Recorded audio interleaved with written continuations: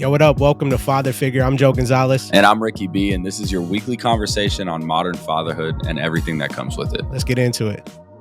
All right, welcome to Father Figure. I'm here with my co-host Ricky. I'm Joe, and we are honored to have some guests with us today from Moms on Call.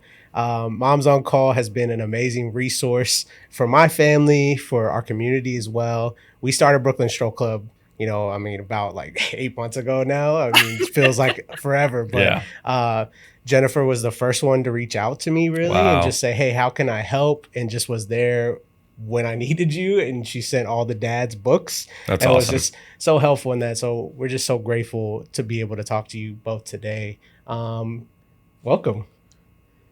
Thank you. Thank you for having us. We can't wait. We love what you guys do. Oh my gosh. And we are always talking about, the name of our resources has been Moms on Call, right? Yeah.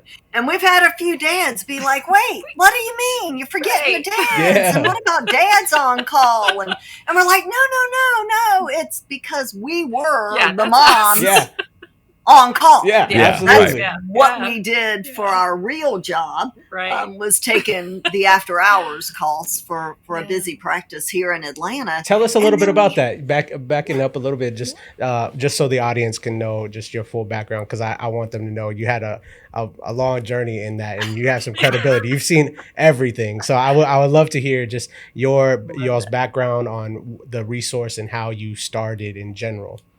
Well, I think it was much like, it was out of necessity, right? Yeah. We were taking all the after hours calls for this busy practice. So we were going on call at 4:30 or 5 o'clock in the evening and getting off at 8:30 the next morning. Wow. So here we were, Jennifer and I, with 8 children right between us. Wow. A set of twins for each of us. Oh, wow. I know. It was a lot. It was a lot. Answering all the questions that parents had. And we did it during the day, too, in the office. And that was our job. And we knew what parents worried about. We knew what they worried about at 2 p.m. and 2 a.m. Wow. So we're like, it would be so nice. It's like not have 365 pages I don't have time to read.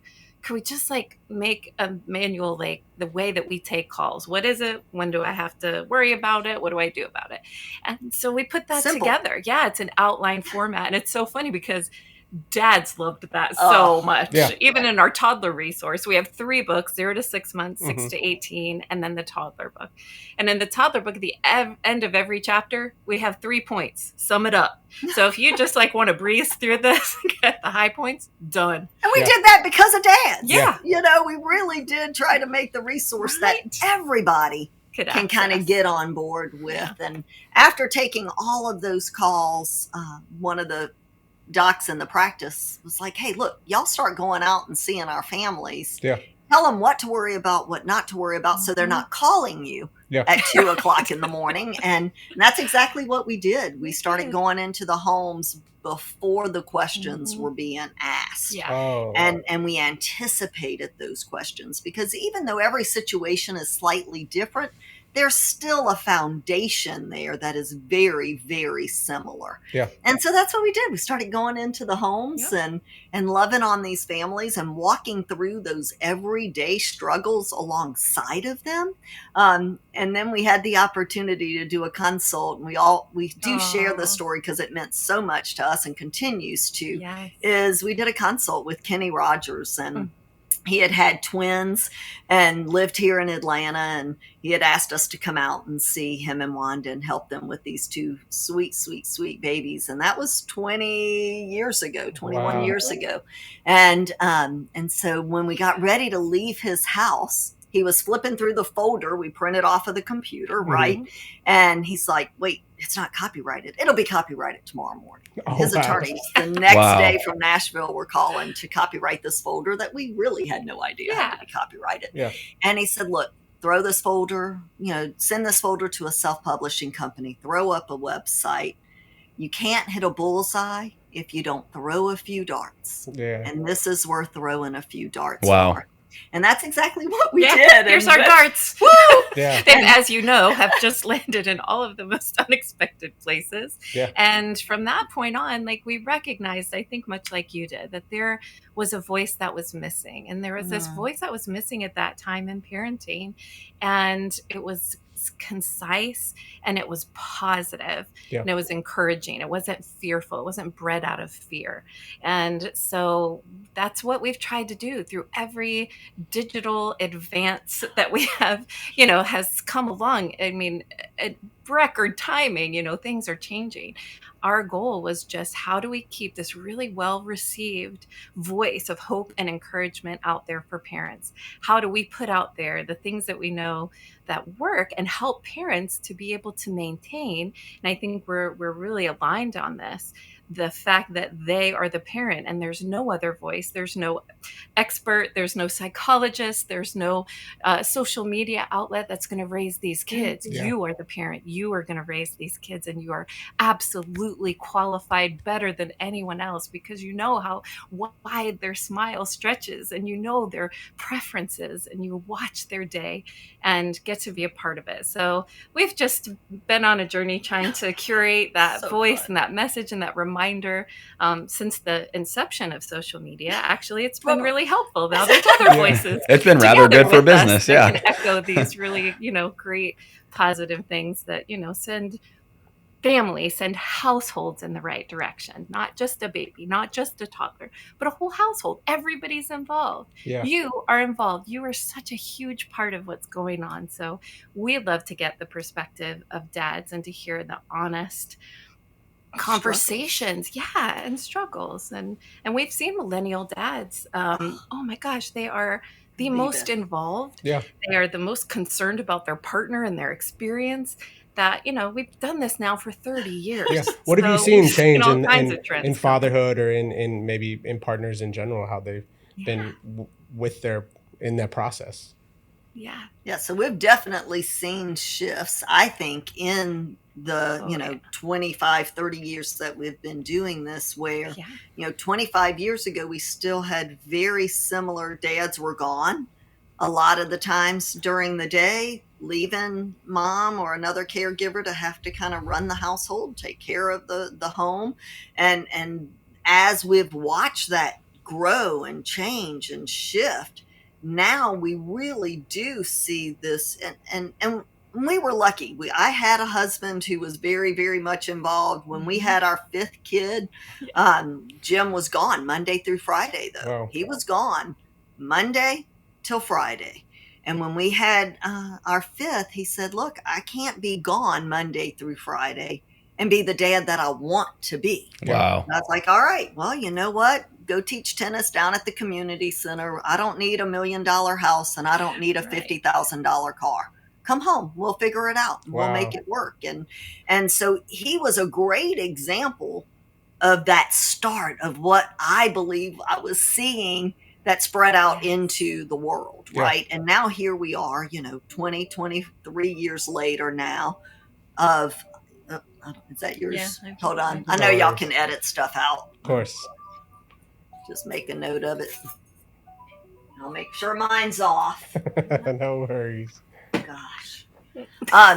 And how long have we done you this? Guys are the, you are the moms on call. You literally are the moms You're on the moms call. on call, man. We're on call, exactly. That was perfect. Perfect timing. Yeah, I've got a new set of twins trying to sleep through the night. Yeah. Right. And so, but I believe that Jim was kind of that first person that I knew, right, that had to make this decision between being all in the corporate world and, being gone and kind of having to do that. And we worked through that too, right? Wow. We looked for that quality time when we had it. It wasn't quantity, it was quality. That's what we always said.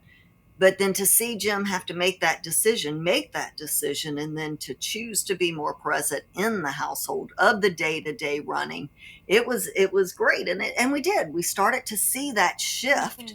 And now here we are where we do have a lot more flexibility, right? Yeah. We do have the opportunity where dads can be the main caregiver in our homes, or at least be, all in with us, right? Right. And figuring out how to tag team that and make that work within each individual household. And it's been beautiful to watch. Yeah. That's awesome. Yeah.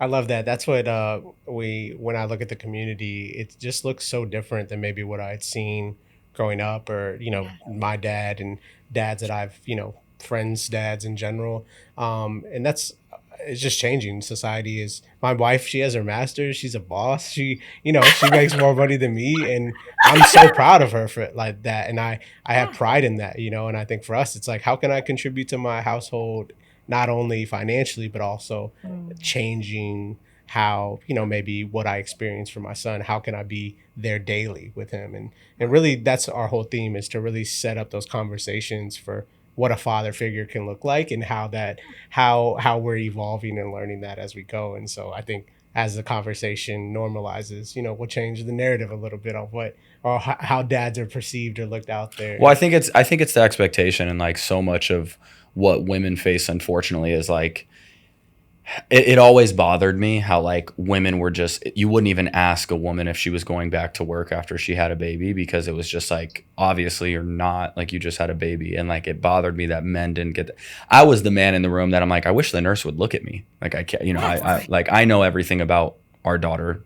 Just like, Rachel, my partner, she would be like, I don't know, babe, did she start eating? Like, or did she throw up? And I would, which is good. I'm like, I wish you guys would give me some attention. But then I realized it was like, we're talking generations and generations of like you guys answering questions and the father's uninterested.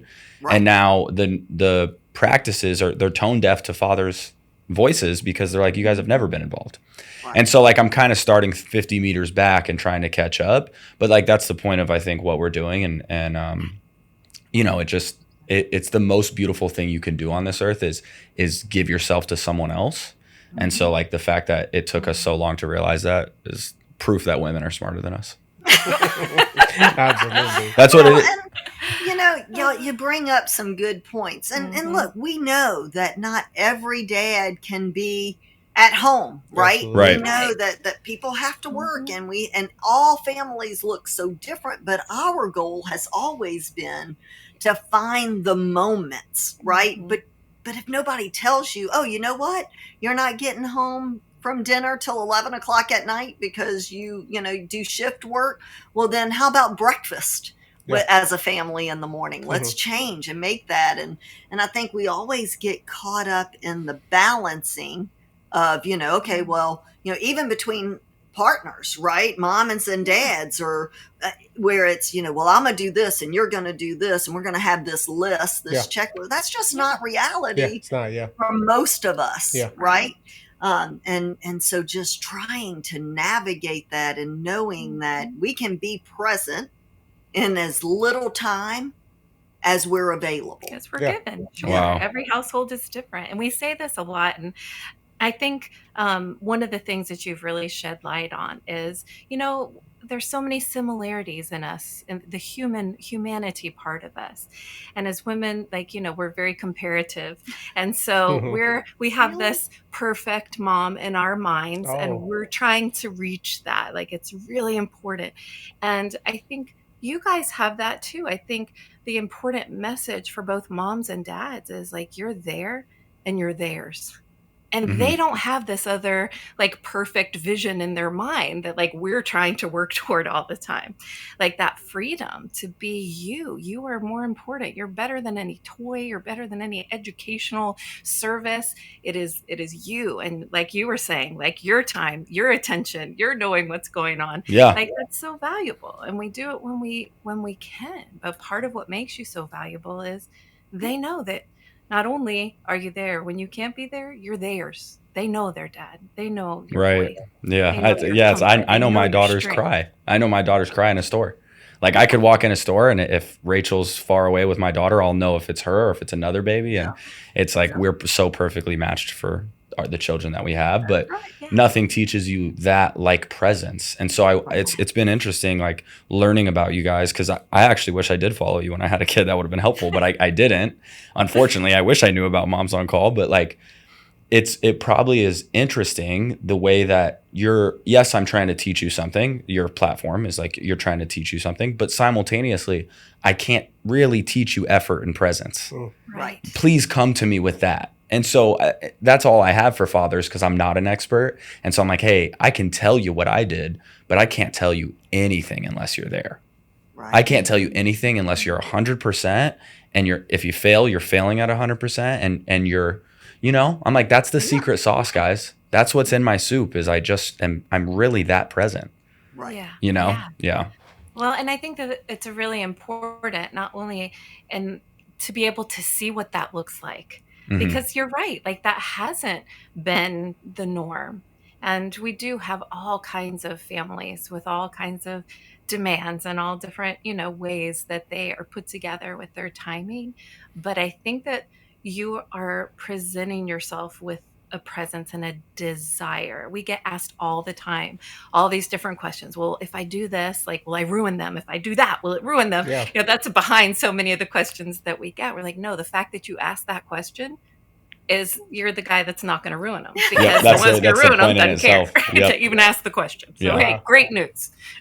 By virtue of even asking, you're not. So there's so much of that I think you help build up. I think it's so important to have that example and to be so open with it and authentic. And I think that's another thing that we've missed, is for you to be give people permission to be emotional about it, to really have that's not just presence. You're attached, and it's so exciting to see you guys be able to talk about it and what that means to each other and what that means to us as moms. To watch you take part in a lot of that. Absolutely. I think this has been beautiful to hear and just kind of see what your perspective is and how it's been adjusting and changing over, the time that you've been doing this. I kind of want to put my student hat on a little bit though as a dad. Me and Ricky, we kind of want to ask some questions as for dads out there maybe who are going through different experiences, and we have the professors here, so we would love to be the Dads on Call interns today if that's okay with you.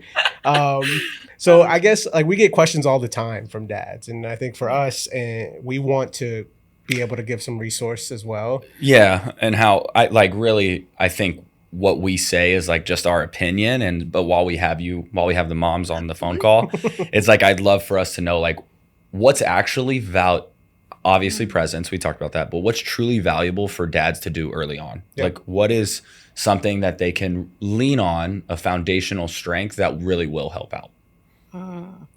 I think one of the things that is easier actually for dads, as we see, is to believe that their kids are strong, adaptable, and resilient. So it's just really believing not only in what they're capable of, but what you're capable of. And so we take in the resources, we kind of take you through the growth and development, with sleep, for instance, when you're setting up an environment. So what you guys do is you set the baby up for success and you set the mom up for success. And, we want to set you up for success. And in doing that, there's communication that helps that to happen. Wow. And there's controlling the things that you have control over. I think we worry so much about things we don't have any control over. Yeah. And so when we come at it from that perspective, strong, adaptable, and resilient, this child is, this woman is, as I've heard both of you talk about your partners in that way, and you are. So how do we function according to truth? And so we're parenting out of truth and not out of fear. And I think that's a huge foundation, period. We talked about being present.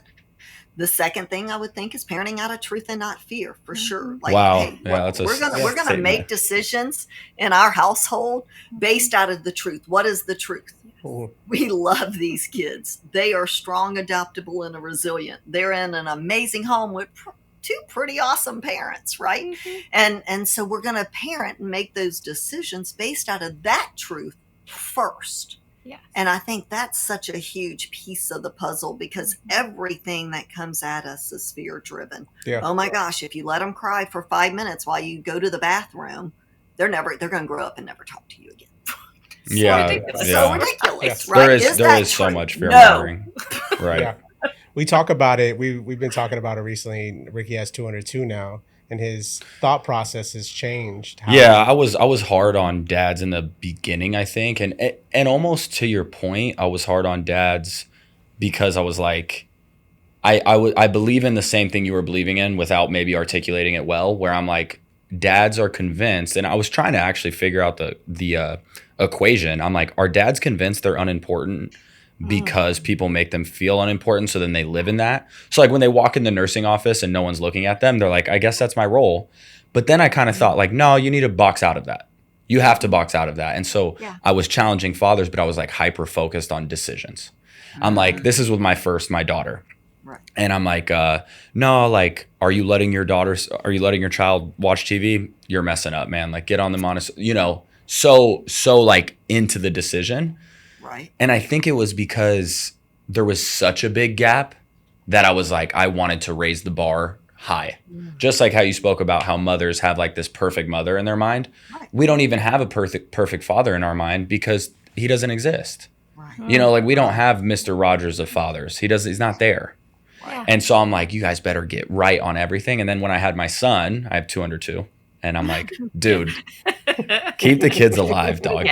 Hey, keep the kids alive. But you were talking about how you with Laguna and he Bear was in the crib. Like I was explaining to people because they're like, hey, what's it? Give me a real rundown. I'm like, hey man, you got to get comfortable with cries a little bit. More than, because like I think, and I stand by this, that when I had time off of work and my partner doesn't work, which is like my biggest flex, is that I've been able to support her. When my daughter cried, I did want to be like, we're both off. Like I can go, like, so we should go grab her. Like, you know what I mean? Like, let's go intervene. Like if my daughter needs something. Now with my son, it's like, dude, one of you two either is going to stop or you're going to cry for a little bit because I got to deal with the other one. There's nothing that teaches us that lesson more than having more kids, because we're told that they can never cry. And, right, exactly. You better never put them down. You better hold them, 24 hours a day, 7 I was days stuck in that loop of that fear mongering, that social media. And right.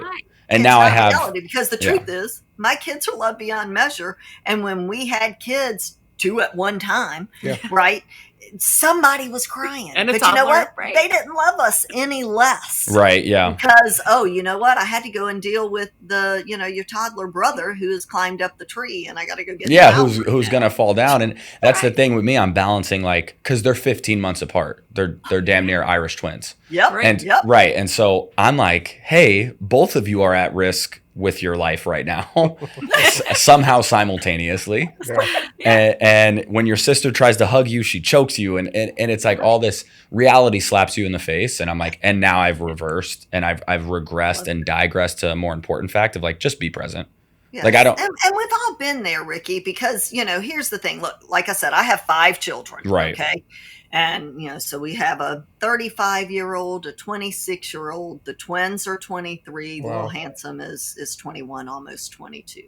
And so, when we had the twins, they were 18 months old when Brent was born. So I had 2 18-month-olds and a newborn and a 5-year-old and a preteen, right? Wow. And in my own house, and again, this is all because we walked it out.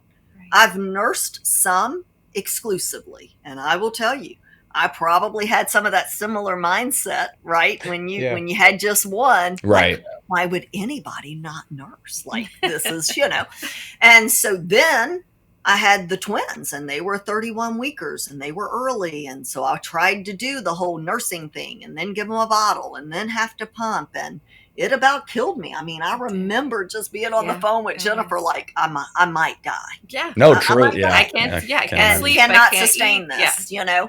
And then, and so then we got pregnant with Brett, who, was kind of God's sense of humor, because my husband had a vasectomy, and then we got pregnant with little Handsome. That's a whole other episode. Cautionary Get the tale. Oh my gosh.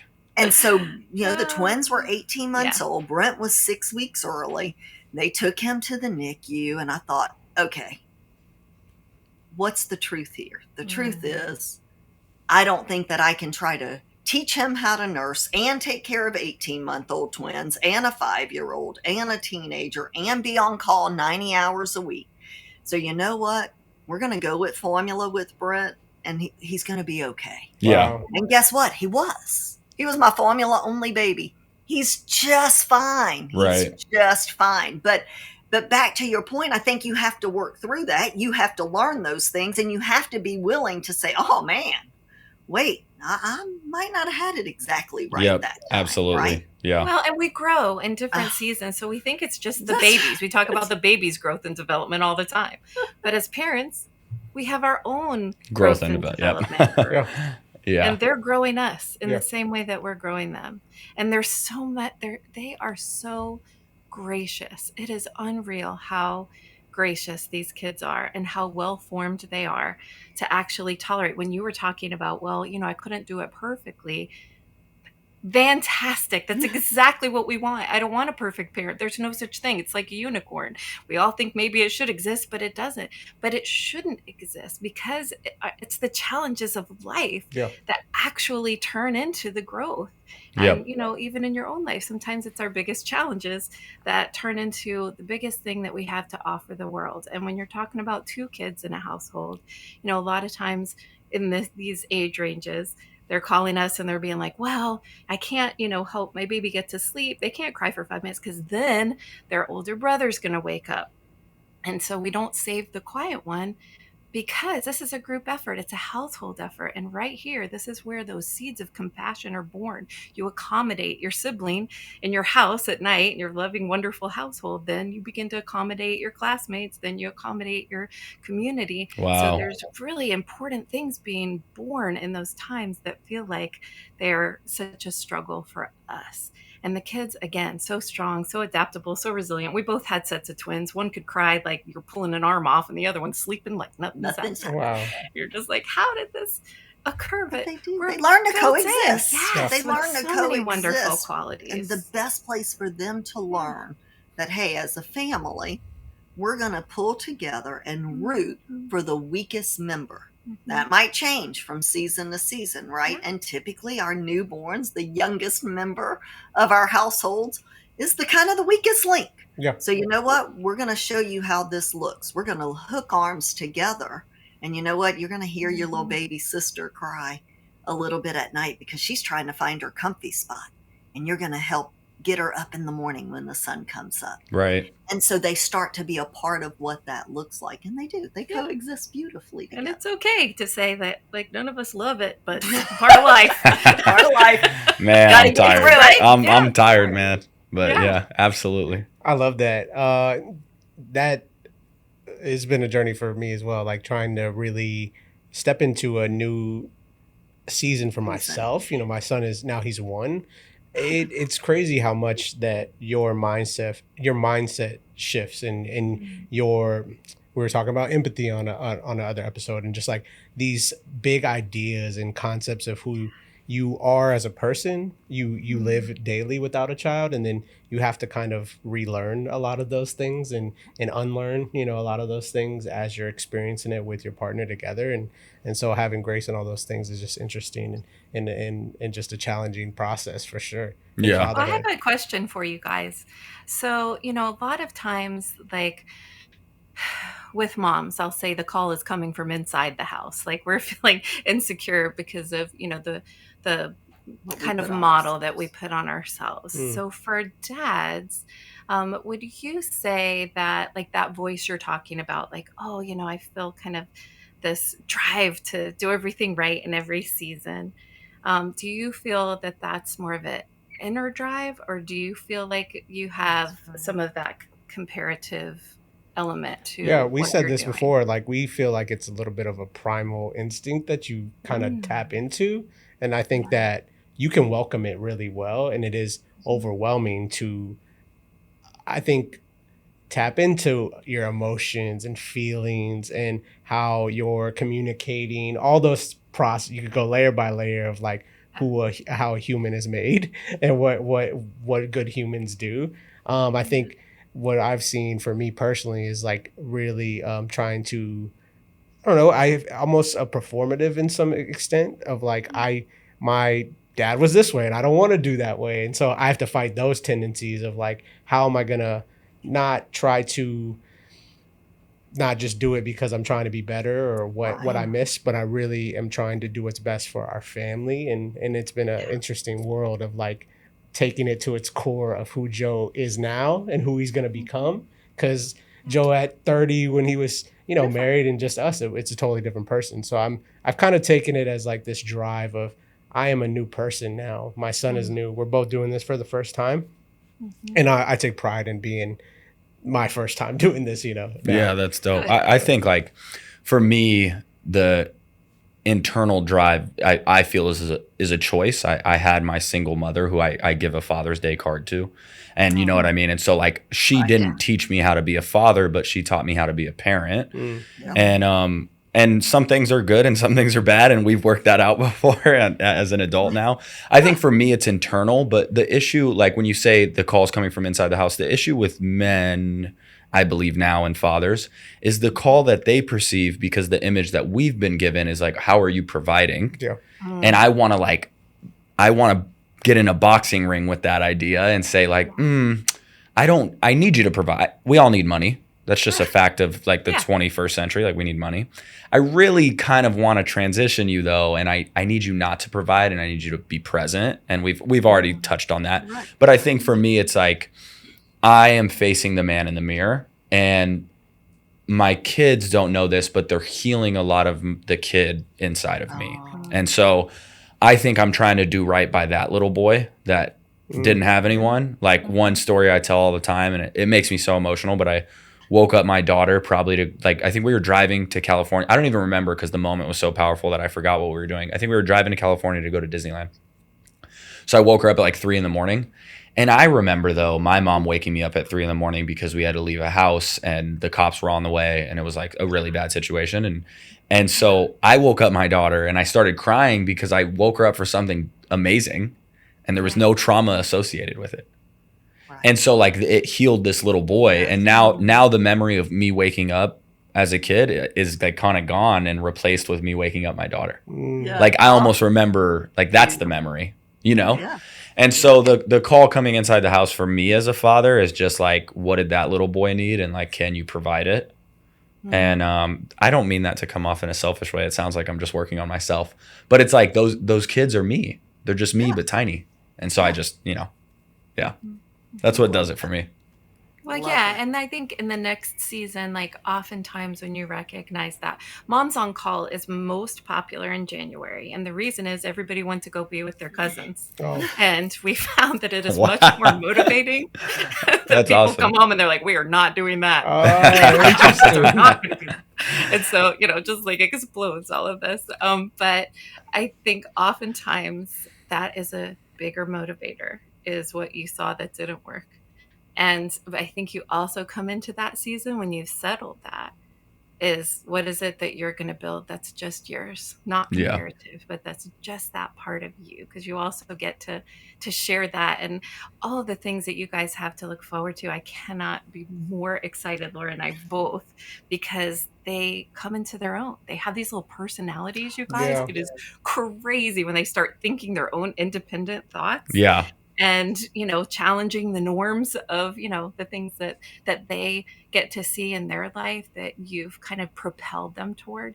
And that is like such a satisfying additional result to the things that healed inside of you. Wow. You will propel them to be able to, have a lot of those skills that they saw. Right. They experienced it with you. I was talking to Ricky because I just think it's so interesting how when my son was born, like we were just so stressed on like, is he alive? Is he good? Are we doing everything right? Is he good? And it was like this really bare, like just like bare feeling of I hope he's good, like just surviving.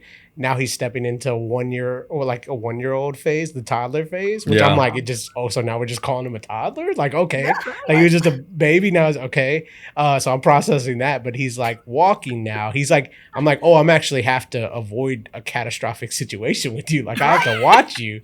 And it's just so crazy how the season went from, I don't know what I'm going to experience to, oh my gosh, I'm so stressed to, I'm physically have to be, in everything now. Very interactive at this. My daughter will be 2 in September. And so a bit of the personality you're talking about, she's 22 months right now. And she just, the girl is like a teenager. And I'm like, dude. I love it. So Ricky, I want you to go, when we get done today, go and take the Toddler by Design quiz. It's on our website. It's free. Okay. Go take it. And what we have found over the years is that, and we hate to call it a personality test because that's not it. It's more of a what motivates them, what motivates us. You can take the test for yourself as well. What are our motivators? And they're typically one or two of either social, movement, an engineer, rule follower, or touch. Well, she's not a rule follower. I'll tell you that. Rule follower is not it. I'll tell you that. That's not my daughter. I know what it's not. It's not that. And so when you start to kind of go through that, you'll know how she is motivated. That's awesome. And That's then, amazing. so if she is a social movement kid, right? Oh, those it'd be hard to potty train. Yeah, hard to potty train. And I wonder, she's the girl that when I drop her off at the gym daycare for the 60 minutes I get alone, the only way they calm her down from leaving me is dancing. Yeah. If they throw on. And so I'm like, oh man. And so she's so smart that when we sat her on the toilet and she didn't go potty, but I gave her a half a chocolate chip after. I was like, you sat on the potty, good job. She goes and sits on the toilet now and goes, points at the drawer where the chocolate, and I'm like, girl, this works. Yeah, I'm like, girl, you're not getting a chocolate chip. Like, you did it for the performative, but you started something. Yeah, and I didn't even know it yet. Like how quick it's just insane. It's insane. I'll take the quiz. I'm gonna take that quiz. Yeah, right. It is eye-opening. Yeah, that's awesome. It'll hit it on the head, and it's just helps us to kind of navigate these motivators with our kids, so that we can help our frustration. Yeah. They're going to still be frustrated. Yeah. What a resource, though. Well, that's an amazing resource. And I'm glad you got a chance to mention that because I didn't know it existed. Fun. Well, it also helps for you to recognize like all kids aren't the same. Like we created it because we saw like there was this homogenization of like every kid should be the rule follower. We're trying to get the rule follower. There's such an extraordinary combination of these motivators, these reasons why they were put here and what's inside of them that's going to come out. Yeah. And so one may not respond to the same discipline that the other one. One may not respond to the same things that the other one does, even in the same family, much less, dad to dad or family to family. And so it just kind of gives us this really simple way to move forward and say, hey, they're fantastically different, frustrating in their own unique ways. But you can raise a child you were given. And they're going to be a little different even in the same family. And this is why this worked with this one, but didn't work with that one. And, right. Just helping it. We have a little section in it called Don't Get Your Feelings Hurt. Yeah, definitely. And it's really helpful for those movement kids. I had 2 of those. My twins were both movement. Okay. We'd put them down and they'd run in opposite directions as fast as they could. But one was really loud. So I always chased the quiet one. I knew where the loud one was going to be. Wow. But we say, like, don't get your feelings hurt. They're not running away from you. They're running because they love to run. Yeah. And so it's just going to be like a mad dash. That's eye-opening. Yeah. What we say in my house sometimes, I don't know if this correlates. I could be making it up, but I'm like, that's definitely nature. And other times I'll say that's nurture. Because I'm like, my daughter will do things and I'm like, there's absolutely not. Did I not teach her that? This is insane, but I'll take that quiz. Yeah. I love that. This came inside this model somehow, right? We didn't get the booklet. Yeah. Mm-hmm. That's amazing. I think I want to go a little bit more, not specifically on your resources. If dad's listening and parents listening, we would encourage them to go pick up each book or whatever season that they're in, for sure. But I guess just like a little bit more practically for, we have dads on all, areas of life kind of listening to this pod. So how just practically, maybe we can take through a couple of seasons and see maybe what best resources you guys have, or what would you say is like the one nugget you would give in that season, if that's cool with you guys. Absolutely. So I think for like an expecting dad, for somebody trying to help their partner in that world, what would you encourage them to maybe look out for or maybe take a step to do? I would say establishing your own voice together. So this generation has access to more information than any generation that has ever been placed on this earth. And most of that access is driven by marketing, not by really truly well invested voices. Wow. So we want to say, you know what, limit it. You'll kind of, see what resonates with you, but you're the parent, so you're going to be the decision makers. So that's the first place that you go to make decisions. Wow. Now, you're in a wild information gathering season and there is so many voices, it can be paralyzing. So determining where you're going to get that information and making that smaller and making it resonate with what it is that's important to the two of you. That's the most important two voices you need. Not every voice that ever existed on the internet. Not every marketing team or group of neurologists who knew exactly how to get you to keep, looking at this one spot. But really spend time together determining what's good for you, then curate that voice. We always say limit the amount of voices that you allow to speak into how you do this thing called parenting. Nice. And so we say, try to pick 2 or 3 voices, things, people that can come alongside you and walk this out with you through the day-to-day realities. And one of the things that we always tell our parents, especially in that first few months of having a newborn, is if they don't have a vested interest in the outcome, they don't get a seat at your table. Wow. Nice. Yeah. I mean, I say this is like probably not the best way, but I'm like, if they're not paying you're not paying my bills, I don't. That's right. Hey, exactly. Man. Sorry.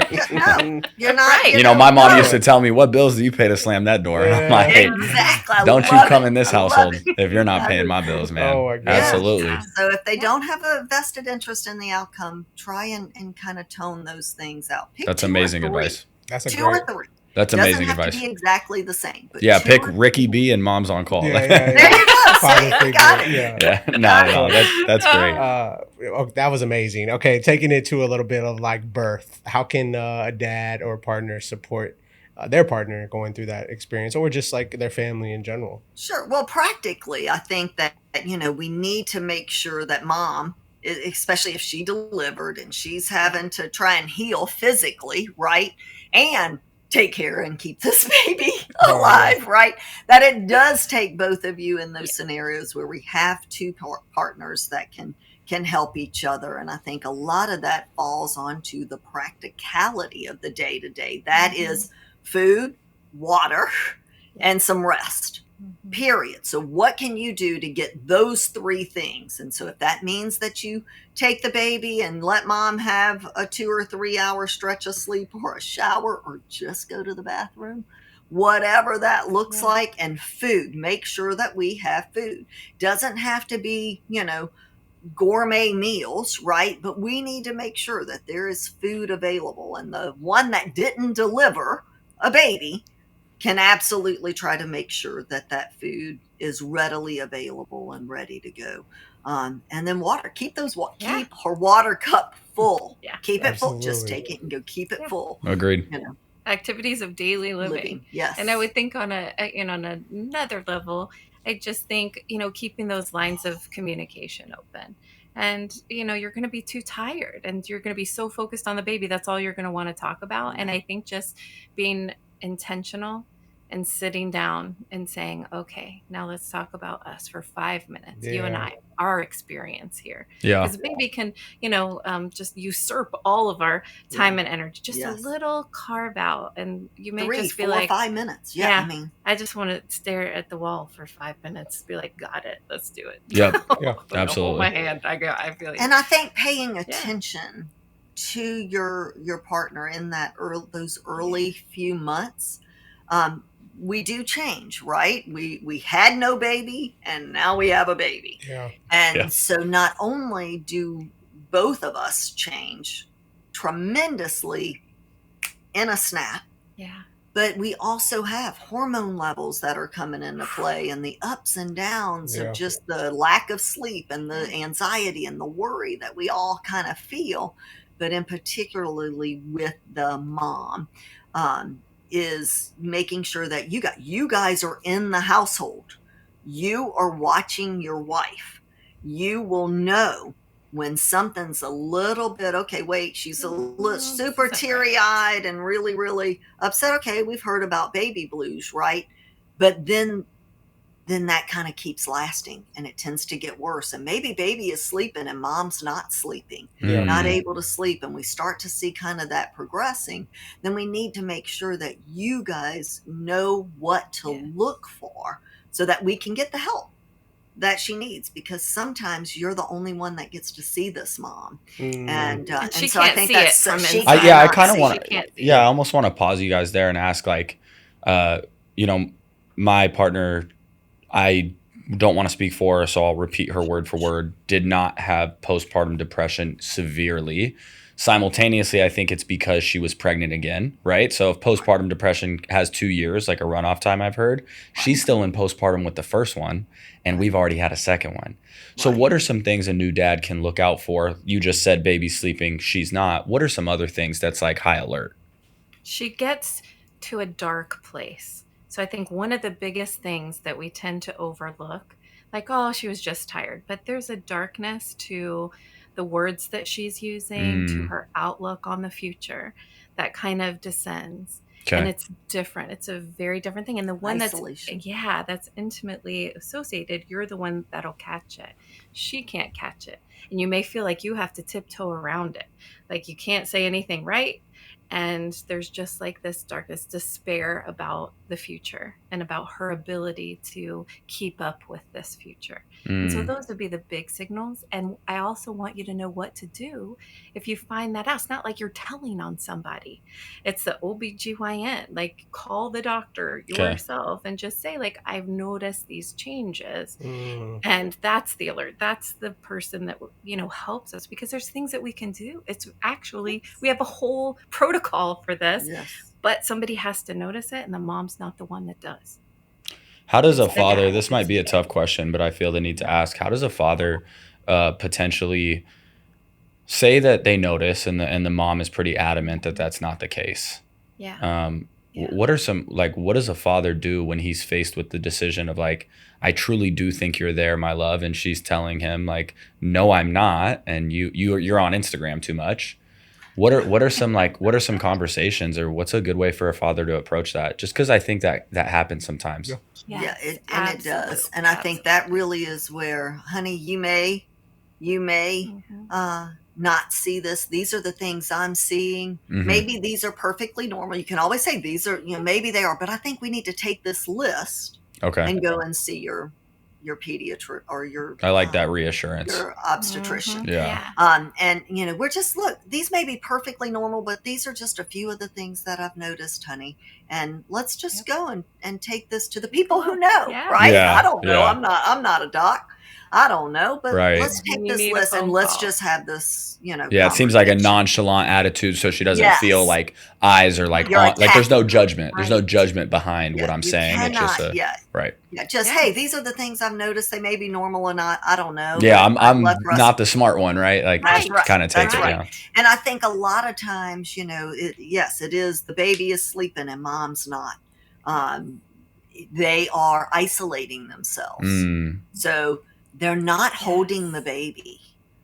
If you find that you're changing the diapers and you're doing all the feedings and mom is like, doesn't want anything to do with that, that's a huge red flag. Wow. So those are the things that are kind of tangible that you have consistent. To go. Consistent. So we can all have our, oh my gosh, I am not holding this baby today. Right. Yeah. And that's fine. Yeah. But the darkness that we're talking about, it's pervasive. Like, 3 to 5 days, it finds and it you starts and getting you'll worse. feel it. Yeah. Okay. And so, and yes, it was such a great question. And even saying, like, kind of go to the person that's more of an expert if they don't feel comfortable with that. Hey, let's just look up, like, a few things, and let's kind of see, and asking them if they're feeling this way or that way. Like, oh yeah, you know what? That's 3 out of these 5 things. So let's keep an eye on that together. And it's because I love you. Yeah, I want right. you to have everything that you can have so that you enjoy this experience. Yeah. No judgment, just partnership. Yeah, exactly. No judgment, but partnership. Yeah. But to be aware that she's not the one. She's not going to be like, hey, it very seldom is that the mom is like, oh, hey, I'm not interested in the baby, by the way. Yeah, exactly. Nope. They're never going to voice that. Yeah. Okay. Well, we appreciate your time and just being able to be students from you for today. We appreciate your voice and what you're doing for parenting in general. And I feel like for us, we learned a lot today. And definitely, yeah. I actually look back and I feel like I'm like retrospectively, because now we're in a great place where me and my girl are like, we're tired, we have 202, haha. But like retrospectively, I'm looking back and I'm like, man, how much did we maybe miss? And I'm gonna go home and talk to my partner and be like, hey, I love you and sorry if I wasn't there for you. I don't know if I was watching out. Yeah. It was great to be a student of you guys, and I appreciate it. Yeah. That's what we do. And I think so many of what moms feel are, we want to curate your life, and Laura was talking about, we come home and we're different. Like, we realize that we're not able to meet your needs in the way that we used to. And so that plays, it's like a little, screensaver behind everything else that we're doing or we feel is expected of us. And we don't always communicate it really well. But I would find that in so many of the moms' hearts, oftentimes they go get that baby so dad can go to work, so he can sleep, so he can. And when you're working together as a team to get those babies to sleep through the night, I think I would leave you with this last thing is that when you're in those little 5 minutes of, letting the baby fuss here and there, just to kind of stretch it out just a little, just roll over, put your arms around your wife and say, hey, I know it's hard. We're in this together.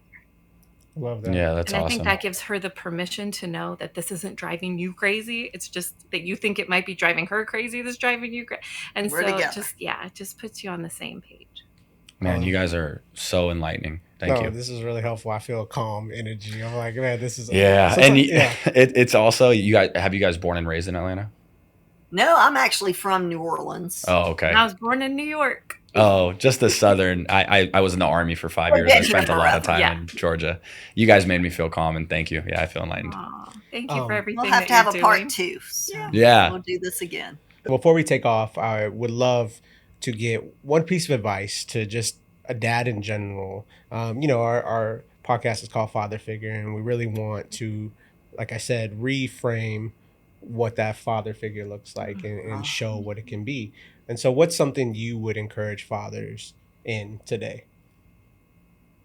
I think I would just encourage fathers to, reach out in ways that feel authentic to them.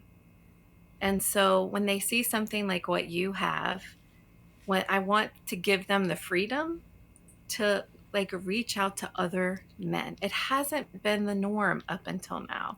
And I think that voice coming from you, but also coming from us as women, we want you to be supported. We want the supported. Yeah. And we don't expect you to just be the everything all the time. Yeah. So, and it doesn't always feel necessarily authentic in one way or another, but you really do have access to so many really great ways to connect with other men that help to make you healthier and stronger. So recognize what feeds you and go looking for it, go after it, because when you strengthen the strength, then that feeds your whole household. I love that. That's awesome. That was so great. Well, thank you so much for your time, and thank you so much for your mission and what you're doing.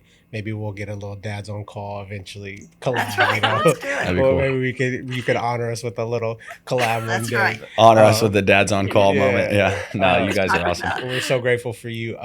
Where can we find your resources? Just want to plug what you guys have going on. Of course. Momsoncall.com is the website, and then of course all the social media ways of the world is all Moms on Call. So just look up Moms on Call and we can help you wherever you are. Love it. And right where you are. Thank you so much. We Awesome. appreciate you. Thanks, ladies. Thanks, guys.